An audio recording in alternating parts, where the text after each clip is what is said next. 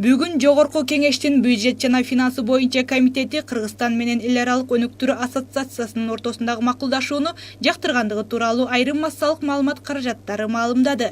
Бюджет жана финансы комитетинин төрагасы Эмил Токтошов менен байланышканда кайтарымдуулук булактарын так берише албагандыктан кийинки отурумга калтырылгандыгын билдирди. Бул каражатты Дүйнөлүк банк насыя жана грант түрүндө берүү тууралуу кабарды төмөнкүчө билдирди.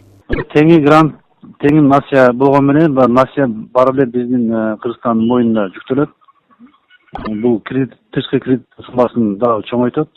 Ошон үчүн биз кийин кайтара турган булактарын тактап далилдеп бере менен биз макулдук бербейбиз комитет. Ошонун себебинен кийинки отурумга жылдырдык.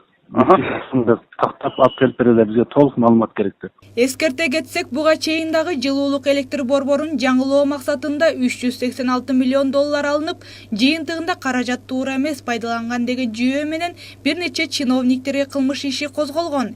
Эми бул ири суммадагы акча канчалык деңгээлде туура пайдаланылат деген чоң суроо жаралат.